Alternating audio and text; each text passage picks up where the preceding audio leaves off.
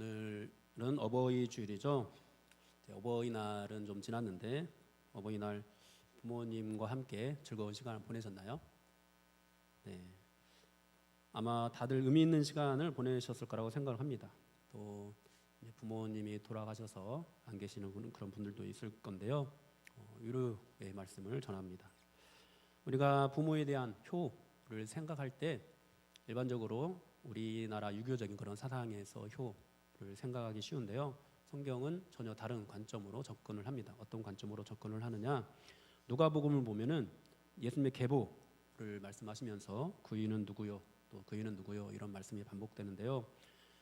최종적으로 그이는 아담이요, 그이는 누구라고 하죠? 하나님이시니라 이렇게 말씀하고 있습니다.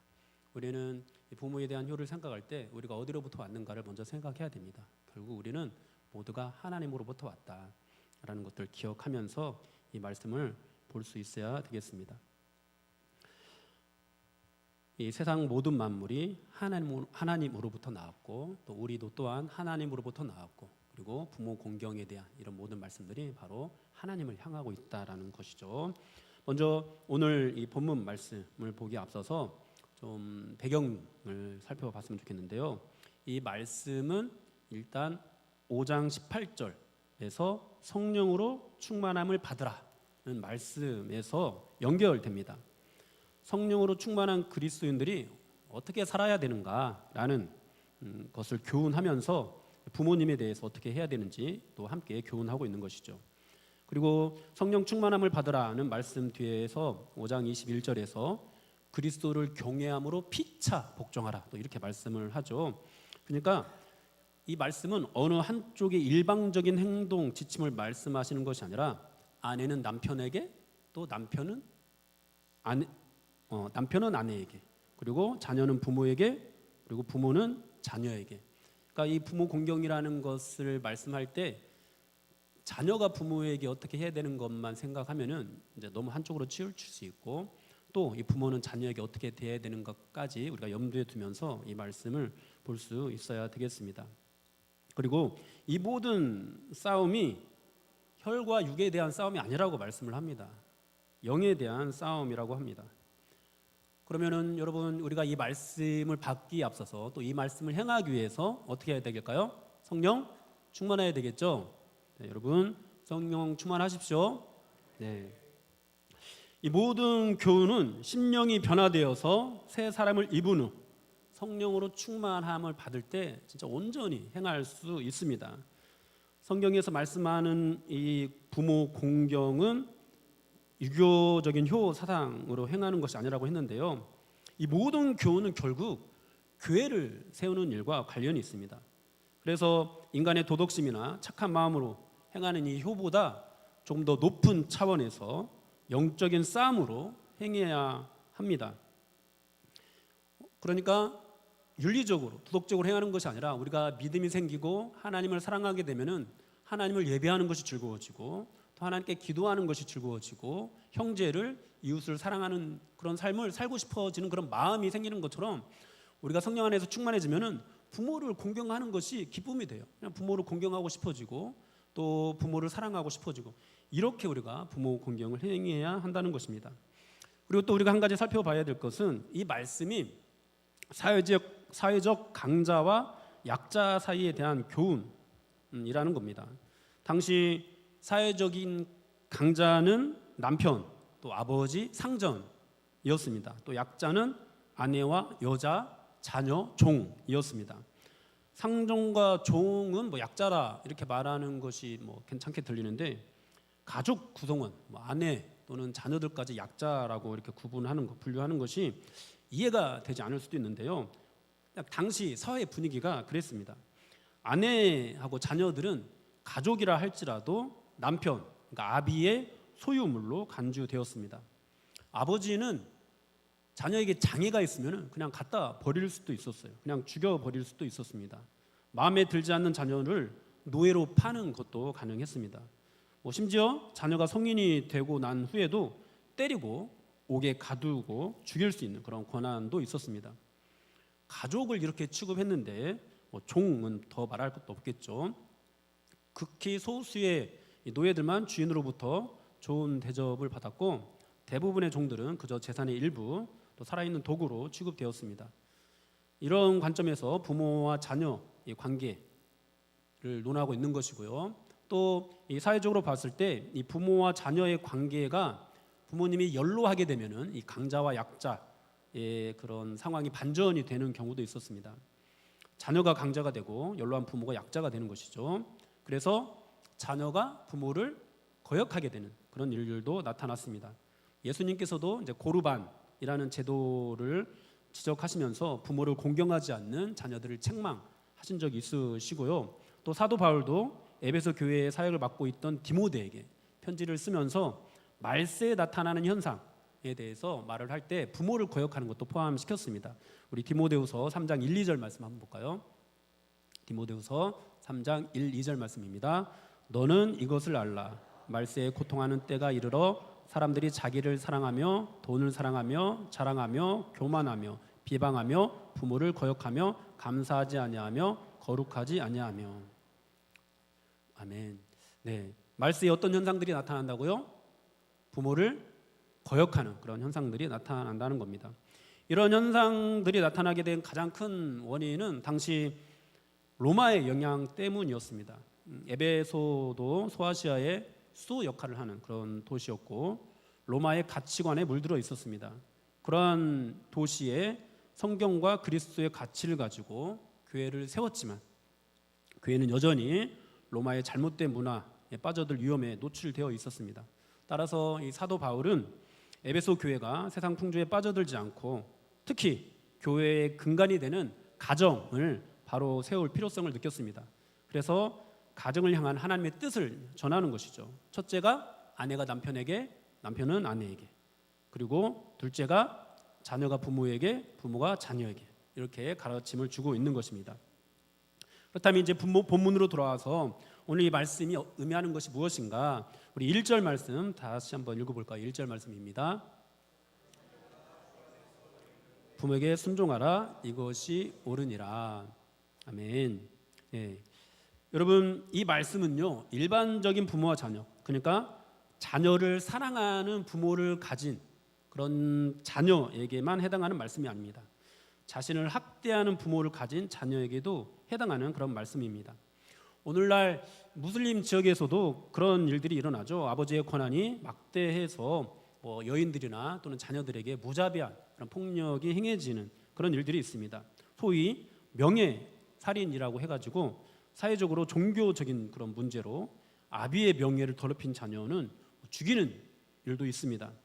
이러한 일들, 이런 비슷한 일들이 이때 당시에 에베소 지역에서도 일어나고 있었던 것이죠. 아버지의 권한이 정말 막대했습니다. 예수를 믿는다는 이유로 아버지의 폭력에 노출된 성도들이 굉장히 많이 있었습니다. 그런데 그런 부모일지라도 주 안에서 순종하라고 그렇게 말씀을 하고 있습니다. 순종하라는 이 말씀의 뜻은 잘 듣다, 받들다 이런 의미인데요.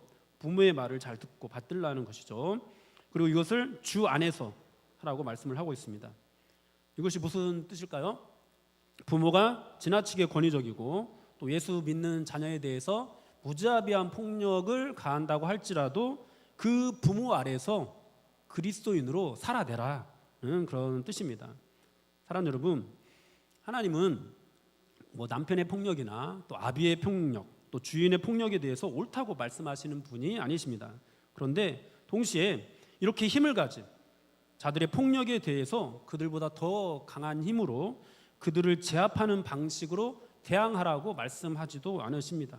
다만 정의롭지 않는 힘이 행사되고 있는 이 세상 속에서 우리에게 그리스도인으로 살아내라고 말씀을 하십니다. 폭력이 난무한 가정일지라도 그 안에서 그리스도인으로 살라고 하시는 것이죠. 아마 이 자리에 계신 대부분의 분들은 부모님에게 명예살인과 같은 그런 폭력을 당하지는 않았을 겁니다. 대부분 부모님으로부터 따뜻한 사랑 받고 자라셨죠. 학대를 받을지라도 주 안에서 부모에게 순종하는 삶을 살라고 하는데 하물며 우리를 그렇게 아껴주신 부모님, 우리를 그렇게 사랑해 주신 부모님에게는 더할 나위 없겠죠. 그런데 간혹 이 사회에도 부모에게 말할 수 없는 그런 가혹한 학대를 당하는 그런 자녀들도 있습니다.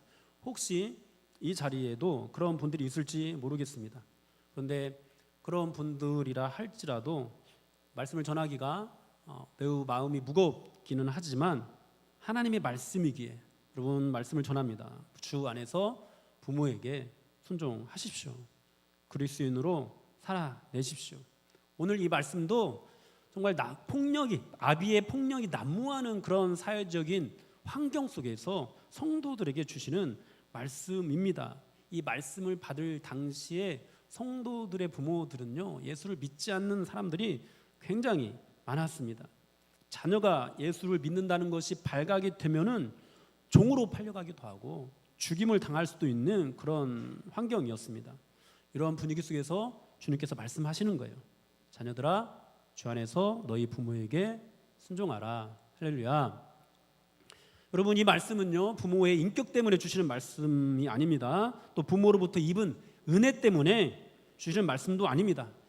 우리가 유교적으로는 또 윤리적으로는 부모님 우리를 얼마나 사랑하셨는데 나는 것이 전제가 되잖아요.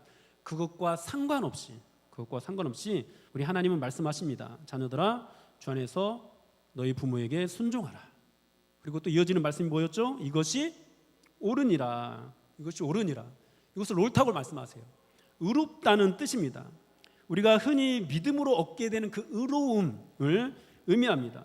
그러니까 이 부모에게 순종하는 것을 예수 믿는 믿음의 그 의로움과 연결시키고 있습니다. 여러분, 부모 공경은요, 구원과 관련이 있는 거예요. 여러분, 그러므로 우리가 정말로 예수를 믿는다면은, 그리고 예수 믿고 의롭게 되었다면은 부모에게 순종하는 것은 너무도 당연합니다. 혹시 부모님이 정말 폭력적인 그런 분이라 할지라도 우리는 부모님께 순종해야 됩니다. 그것이 주님의 뜻입니다. 교회 다니지 마라 이런 말에도 순종해야 될까요? 그렇지는 않습니다. 주님 안에서의 순종입니다. 주님의 뜻을 행하는 영역 안에서 신학을 반대하는 부모님께 순종하는 삶을 살아내라는 것입니다. 그리고 이어서 2절 말씀 한번 읽어볼까요? 2절입니다. 시작. 내 아버지와 어머니를 공경하라. 이것은 약속이 있는 첫 계명이니. 아멘. 여러분, 성경은 부모님에 대해서 순종하라고만 말씀하지 않으시고 공경하라고까지 말씀하고 있습니다. 이 말씀은 또 십계명에서도 명령하고 있는 말씀이기도 한데요. 십계명에서 보면은 1계명부터 4계명까지는 인간과 하나님 사이에 대한 그런 말씀이죠. 그런데 5계명부터 인간 사이에 대한 그런 계명을 우리에게 주고 있습니다. 그 인간 사이에 대한 계명의 첫 번째가 바로 부모를 공경하라는 것입니다. 그래서 이것이 약속 있는 첫 계명이다라고 오늘 본문에서 말씀을 하고 있는 겁니다. 그렇다면 이 말씀의 의미를 우리가 출애굽기 십계명 말씀에서 그 의미를 한번 살펴봤으면 좋겠는데요. 출애굽기 20장 12절 말씀 읽어봅시다. 내 부모를 공경하라. 그리하면 내 하나님 여호와가 내게 준 땅에서 내 생명이 길리라. 아멘. 네, 여기에서 공경하다라는 뜻으로 번역된 이 히브리어는 무겁다, 짐이 되다라는 그런 뜻을 가지고 있습니다. 그러니까 원어적으로 이 말씀은 부모님을 무게 있고 또 중요하게 대하라는 그런 뜻입니다. 가볍게 대하지 말라는 것이죠. 어떤 학자는 이것을 부모를 봉양하라는 그런 의미로 해석을 하기도 합니다. 그리고 이제 이어서 우리가 말씀하는 것이 내 하나님 여호와가라고 이렇게 말씀을 하는데요. 우리가 1계명부터 4계명까지 보면은 하나님 여호와라는 단어가 굉장히 많이 등장을 해요. 하나님과 인간 사이를 규율하는 계명이니까 당연히 그러겠죠. 그런데 인간 사이를 규율하는 이 계명에서는 하나님이라는 단어가 여기서만 등장을 합니다. 이 부모를 공경하라는 말씀에서만. 그만큼 이 부모 공경을 성경에서 강조를 하고 있는 거예요. 그리고 계명을 지켰을 때 주시는 복에 대한 약속도 있는데요. 그리하면 내 하나님 여호와가 내게 준 땅에서 내 생명이 길리라. 오늘 본문에서는 이제 장수할 것이다라고 표현이 되죠. 그러니까 앞절에서는 부모를 공경하는 것, 부모에게 순종하는 것을 의와 연결시키고 있고, 또 여기에서는 부모를 공경하는 것을 생명과 연결시키고 있습니다. 여러분, 그러므로 여기에서 다시 한번 이 부모를 공경하는 것이 우리의 생명, 우리의 구원과 관련이 있다라는 것을 보여주는 거예요. 여호와가 내게 준 땅에서라고 하는데 하나님께서 이때 당시에 이스라엘 백성들이 주신 땅이 어디죠? 바로 가나안 땅입니다. 또 가나안 땅은 약속의 땅이죠. 하나님께서 이 약속의 땅에서 하나님의 나라를 이루고 장수하게 될 것을 말씀하고 있는 거예요. 여러분, 구약 시대에 하나님께서 이 약속의 땅에서 이스라엘 백성들에게 생명을 누리라고 이렇게 말씀하시는 건데, 그렇다면 오늘날 우리가 생명을 누리는 것은 어디에서 누릴 수 있죠? 주님 안에서, 예수 그리스도 안에서 생명을 누릴 수 있습니다. 그러니까 이 모든 것들이 그냥 땅에서의 어떤 육신적인 장수 이런 것들을 의미하는 것이 아니라 우리의 구원, 우리의 생명과 관련이 있는 것입니다. 여러분, 부모를 공경하는 것이 바로 구원의 은혜를 풍성히 누리는 길입니다. 부모를 공경하지 않는 것은 여러분 구원을 잃어버리는 것과 같습니다. 여러분, 그렇다면 우리가 또 이것을 뒷받침하는 부모 공경에 대한 그런 다른 성경 구절도 한번 봤으면 좋겠는데요. 레위기 말씀입니다. 레위기 19장 3절 말씀 읽어봅시다. 너희 각 사람은 부모를 경외하고 나의 안식일을 지키라. 나는 너희의 하나님 여호와니라. 여기서는 부모님을 어떻게 하라고 말씀하고 있어요? 부모를 경외하라. 부모를 경외하라고 말씀을 하고 있습니다. 여기서도 내 하나님 여호와라는 또 단어가 언급이 되고 있죠. 이 경외하라는 이 말씀은 히브리어로 야레라는 그런 단어인데요. 여러분, 이 단어는요 사람에 대해서 쓰이는 단어가 아니에요. 하나님을 향해서 하나님을 대상으로만 쓰이는 단어입니다. 하나님을 경외하라고 하지 인간을 경외하라고 하지 않거든요. 그런데 성경에서 단 한 군데 인간에 대해서, 사람에 대해서 경외하라고 말씀을 하고 있어요. 바로 여기에요. 부모님을 경외하라고 하는 것이죠. 마치 하나님을 경외하는 것처럼 그렇게 부모님을 경외하라고 말씀을 하고 있습니다. 그리고 나서 안식일을 지키라고 말씀을 하고 있어요. 여러분, 예배와 관련된 거죠.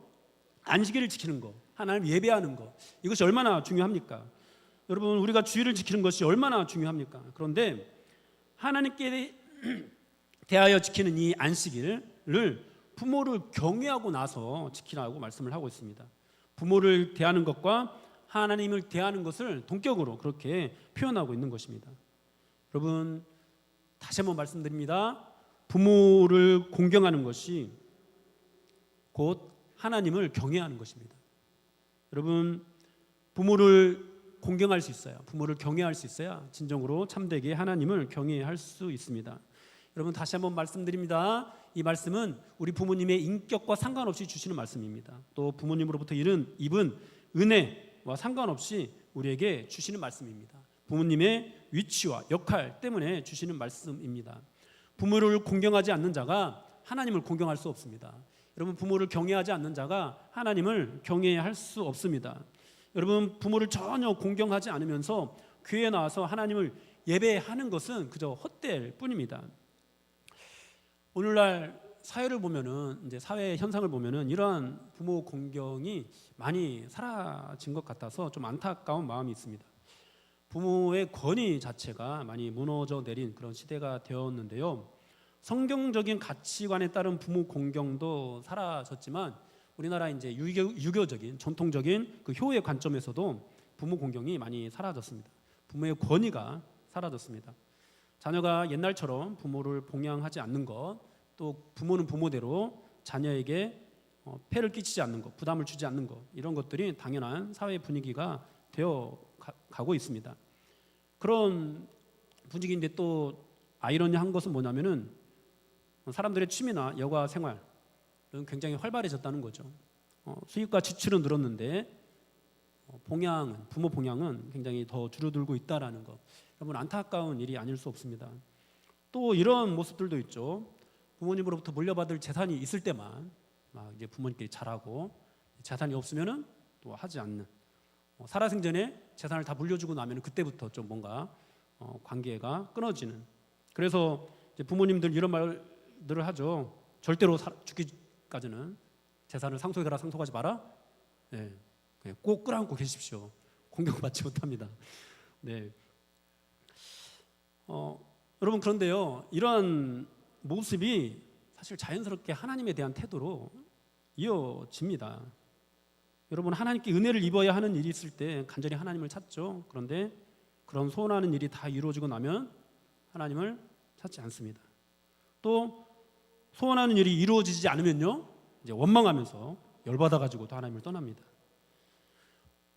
부모에 대한 이런 태도를 하나님께 대한 태도로 확대하는 것, 이것이 무리한 적용이라고 지적할 수도 있겠는데요.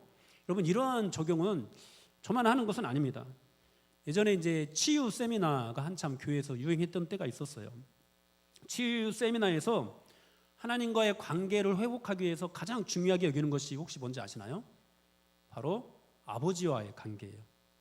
아버지와 이제 친아버지와의 관계가 그대로 하나님과의 관계 설정으로 이어진다라는 거였어요. 그러니까 굉장히 무서운 엄한 아버지를 둔, 부모를 둔 자녀는 하나님을 대할 때도 그냥 너무 엄하게만 본다는 거죠.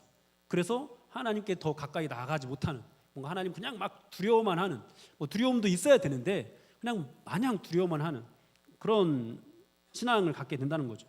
그래서 이런 신앙의 문제를 회복하기 위해서 가장 먼저 아버지와의 어떤 관계를 회복시키는 그런 일들을 이 치유 세미나에서 했었습니다. 뭐 그렇다면 이제 이 아버지가 마냥 친구 같은 분이면 어떨까요? 이제 하나님을 너무 가볍게만 대하는 그런 일로 이제 이어질 수 있죠. 또 뭐 혹시 이제 친아버지가 안 계시다면, 저도 이제 그런 축에 속했는데, 하나님을 믿는다고 하면서 이제 하나님이 부재하는 것과 같은, 하나님이 없으니까 하나님 믿는데 이제 친아버지가 안 계시니까 하나님도 그냥 없는 분처럼 여기는, 그냥 이것을 내면에서 무의식적으로 그렇게 여기게 된다는 거죠. 그러니까 이처럼 우리가 심리학적으로 부모에 대한 태도가 곧 하나님께 대한 태도로 이어질 수 있다라고 많은 분들이 그렇게 말씀을 하고 있습니다. 여러분, 뭐 그래도 너무 지나친 그런 적용이라고 할 수 있을 수도 있겠어요. 그렇다면은 여러분 또 이것을 한번 봤으면 좋겠어요. 주님의 말씀을 한번 봤으면 좋겠는데요. 우리 주님의 말씀 마태복음 25장 40절 그리고 25장 45절 말씀 한번 볼까요? 임금이 대답하여 이르시되 내가 진실로 너희에게 이르노니 너희가 여기 내 형제 중에 지극히 작은 자 하나에게 한 것이 곧 내게 한 것이니라 하시고, 45절입니다. 이에 임금이 대답하여 이르시되 내가 진실로 너희에게 이르노니 이 지극히 작은 자 하나에게 하지 아니한 것이 곧 내게 하지 아니한 것이니라 하시리니. 아멘. 그리고 또 요한 1서 4장 20절 말씀도 한번 볼까요?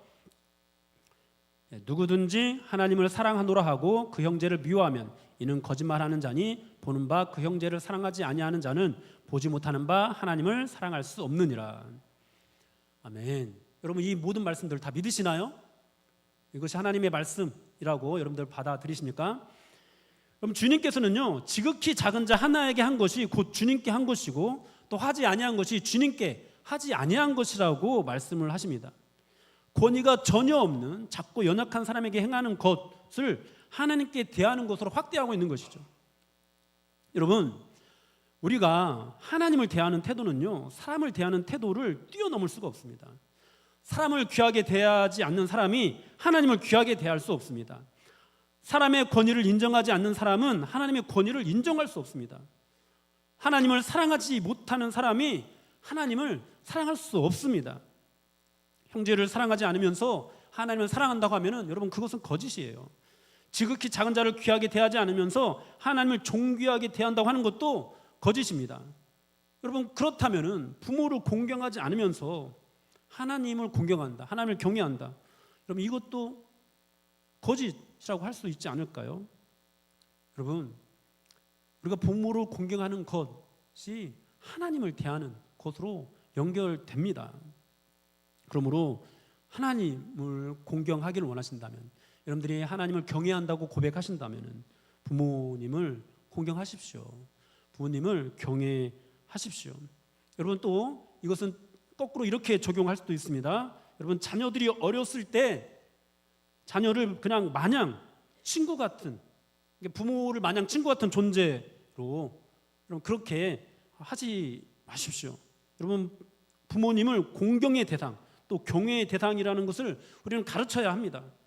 포스트 모더니즘 시대에 자녀들에게 이 절대적인 진리가 있다는 것을 가르치기 위해서는 여러분, 어려서부터 이 부모의 권위를 인정하게 교육하는 것은 너무도 중요합니다. 여러분, 부모의 권위를 세우고 인정하게 하고 그렇게 주의 교훈과 훈계로 양육하는 그 일을 어떻게까지 해야 되느냐? 여러분, 성경에서 이렇게 말씀합니다. 잠언 23장 13절 14절 말씀입니다. 아이를 훈계하지 아니하려고 하지 말라. 채찍으로 그를 때릴지라도 그가 죽지 아니하리라. 네가 그를 채찍으로 때리면 그의 영혼을 수월에서 구원하리라.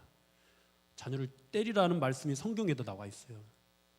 자녀를 때리지 않는 것을 덕으로 삼는, 여러분, 그것은 세상적인 가치관이에요. 한때 친구 같은 부모가 유행했던 적도 있는데 성경에서는 그렇게 가르치지 않습니다. 부모님은 부모입니다. 부모님은 하나님처럼 우리가 대할 수 있어야 됩니다. 그렇게 권위를 세워가야 합니다. 여기서 때리며 훈계하는 것은 감정적으로 하는 것은 아니죠. 잠언 23장 12절에서 지식의 말씀으로 이렇게 하라고 말씀을 하고 있습니다.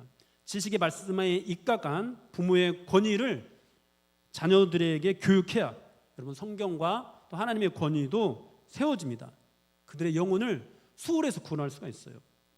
여러분, 이 모든 말씀들을 우리가 종합해 볼 때 하나님께서는 이 부모 공경에 대해서 우리에게 분명한 가르침을 주는데요. 여러분, 부모를 공경하는 것이 그냥 단순히 가정을 세우는 것이 아니라 교회를 세우는 일이라는 것을 명심하십시오. 그리고 이것은 육에 속한 일이 아닙니다. 그냥 윤리적인 문제 또는 도덕적인 문제가 아니에요. 영에 속한 일입니다. 여러분, 성령 충만함으로 행해야 하는 일입니다. 부모를 경외하는 사람이 안식일을 지키는 것, 즉 예배하는 것, 하나님을 경외하는 일을 할 수가 있습니다. 여러분, 우리의 가정 안에서 이와 같은 부모 공경이 살아날 수 있기를 축복합니다. 여러분, 부모 공경이 살아나서 하나님을 예배하고 하나님을 공경하고 하나님을 경외하는 이런 마음들도 더욱더 풍성해 줄 수 있기를 축복합니다. 여러분, 성경을 보면은요, 이스라엘 백성들이 가장 혼탁한 시대에 나타나는 현상 중에 대표적인 것이 바로 부모를 멸시하는 것이었어요. 사사 시대가 대표적이죠. 삼손이 그랬습니다. 또 창세기도 보면은 부모의 권위가 존중되지 못하는 그런 장면이 몇 개 나오는데요. 롯의 딸들과 사위들이 소돔성이 멸망할 것이라는 부모의 말, 아비의 말을 농담으로 여겼습니다. 또 야곱의 아들들이 아버지를 속이는 그런 일도 그렇습니다. 또 신약에 나오는 탕자 이야기도 이 부모 공경이 사라진 이 아들과 관련된 이야기입니다. 오늘날에도 어쩌면 이런 부모 공경이 많이 사라지지 않았나, 부모의 권위가 많이 무너져 내리지 않았나라는 그런 생각이 듭니다. 왜 이렇게 되었을까요? 농업 사회에서 산업 사회, 정보화 사회로 가면서 자연스럽게 나타난 현상일 수도 있습니다. 자녀들의 수입원이 부모가 물려준 토지에 기반하지 않고 자기 직업에 기반하면서 부모에 대한 의존도가 많이 줄어들었죠. 자연스럽게 부모님의 힘이 약해졌습니다. 그리고 시대가 급변하면서 어른들의 경험과 지식이 더 이상 자녀들에게, 젊은이들에게 통하지 않는 그런 탓도 있습니다. 농경사회에서는, 수백 년 농경사회에서는 100년 전이나 100년 후나 시대가 똑같거든요. 그러니까 어른들의 이 지혜가 젊은이들에게 도움이 되었습니다. 그런데 급속도로 변화되고 있는 지금은, 여러분, 젊은이들은요, 우리 어른들이 한 번도 살아보지 못한 시대를 살아가고 있거든요. 그러니까 어른들의 조언이 별로 도움이 안 돼요. 어른들이 이래라 저래라 할 수 있는 시대가 아니죠. 나 때는 이랬는데 요즘은 나도 잘 모르겠다, 그냥 한번 부딪혀봐, 너는 잘할 거야, 이 정도의 말이 가장 최선의 조언인 시대가 되었습니다. 물론 이제 우리가 신앙적인 부분에서는 오직 예수라는 불변의 진리가 있기는 하지만, 그냥 현실의 이 삶 속에서는 부모가 자녀에게 조언할 수 있는 것이 과거처럼 많지가 않습니다. 이런 시대인데 이제 과거처럼 어른들이 이 시대의 변화를 인식하지 못하고 자녀 일에 이것저것 다 혼수를 두려고 하는 그런 일들이 있죠. 그러면 젊은이들은 이런 어른들을 뭐라고 하죠? 이제 꼰대라고 합니다. 네. 그렇게 비하를 합니다. 그래서 이제 4절에서 이제 자녀를 노엽게 하지 말라고 말씀을 하시는데, 시대에 뒤떨어진 훈수로 자녀를 노엽게 하는 일들이 과거보다 많아졌어요. 그러면서 또 부모의 권위가 추락된 그런 측면도 있지 않을까, 그런 생각이 들기도 합니다. 여러분, 그런데 이런 이유로 추락됐든 저런 이유로 추락됐든 부모의 권위가 무너진 그곳에 자리 잡게 된 것이 무엇인지 아십니까? 우리 사무엘상 2장 29절 말씀 한번 보겠습니다. 사무엘상 2장 29절입니다. 너희는 어찌하여 내가 내 초소에서 명령한 내 제물과 예물을 밟으며 네 아들들을 나보다 더 중히 여겨 내 백성 이스라엘이 드리는 가장 좋은 것으로 너희들을 살찌게 하느냐. 내 아들들을 나보다 더 중히 여기는 것. 여러분, 부모의 권위가 무너진 곳에 자리 잡은 것은 자녀입니다. 그래서 가정에서도 어른들이 더 뒷전이 되고 있습니다. 과거에 보면은 이 가정의 모습을 들여다보면은 대부분의 일들이 어른 중심, 할아버지 중심으로 돌아갔습니다. 아침부터 모든 자녀들이 문안 인사를 하고 하루가 시작되었습니다. 뭐 음식을 먹을 때도 누가 좋아하는 음식을 장만을 하죠? 할아버지, 아버지가 좋아하는 음식 위주로 장만을 합니다. 그런데 요즘은 누구 위주로 돌아가죠? 자녀들, 손주들 위주로 가정이 돌아갑니다. 할아버지, 할머니들도 손주가 너무 이쁘고 사랑스러우니까 이제 손주를 우선합니다. 어버이날에도 심지어 어버이날에도 뭘 먹으러 가는데 할아버지가 좋아하는 음식 골라요? 손주가 좋아하는 음식 골라요? 우리 집은 손주, 늦둥이 손주가 좋아하는 음식을 고르더라고요. 그렇게 되더라고요. 예, 애들이 좋아하는 것보다 어른들이 좋아하는 것보다 애들이 좋아하는 음식을 선택하는 경우가 참 많습니다. 이런 말도 있죠. 한 부모가 10자녀는 키워도 10자녀가 한 부모는 봉양하지 못한다. 왜 그렇죠? 자녀 중심이 되기 때문입니다. 여러분, 그러나 오늘 이 본문에서 말씀하고 있는 부모를 공경하라는 말씀은 이런 시대 변화와 상관없이 우리에게 주시는 하나님의 말씀입니다. 옛날과 같이 부모를 공경하지 못하는 현상을 이런 시대의 변화로 이렇게 시대가 변화되었다라고 핑계댈 수 없습니다. 사랑하는 여러분, 부모의 권위가 무너진 그곳에 결코 하나님의 권위가 자리 잡을 수 없습니다. 부모를 공경하십시오. 또 부모의 권위를 세우십시오. 이것을 해야 됩니다. 손주들 사랑한다고, 그들이 너무 사랑스럽다고 그냥 모든 것을 다 양보하면 안 돼요. 부모의 권위를 세워야 돼요. 할아버지 중심으로 돌아가는 것들을 좀 보여줄 수 있어야 합니다.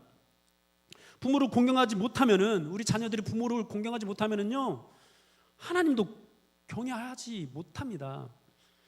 여러분, 그들을 수월로부터 우리가 꺼내낼 수 있어야 되지 않겠습니까?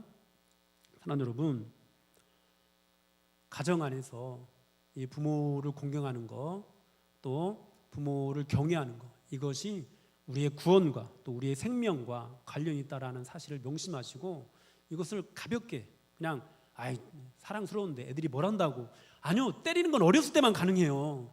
크면 못 때리잖아요.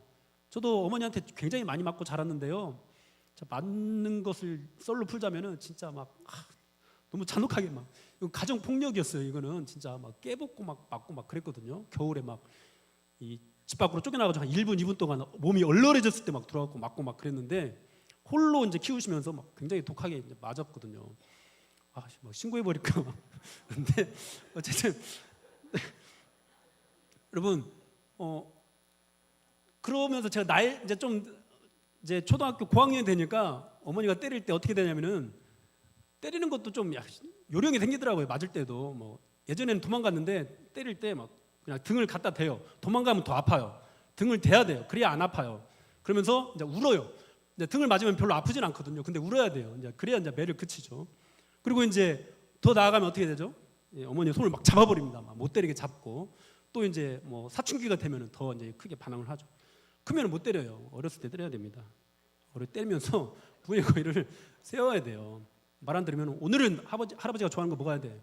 너 그러려면 너 굶어. 너 아무것도 못 먹어. 이렇게 해야 된다고요.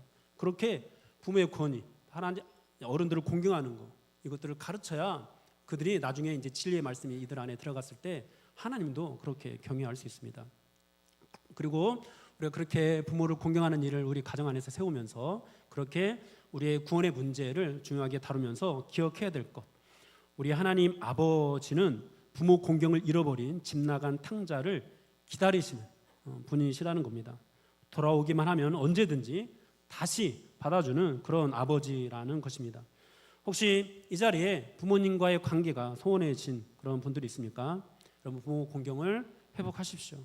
여러분의 부모님을 경외하십시오. 그리고 나서 하나님을 예배하십시오. 하나님을 경외하십시오. 말세에 고통하는 때에는 사람들이 부모를 거역하고 감사하지 않고 거룩하지 않게 됩니다. 여러분, 교회에서도 이러한 모습이 나타나요. 교회에서 이런 모습이 나타나기 때문에 사도 바울이 지적하고 있는 거예요.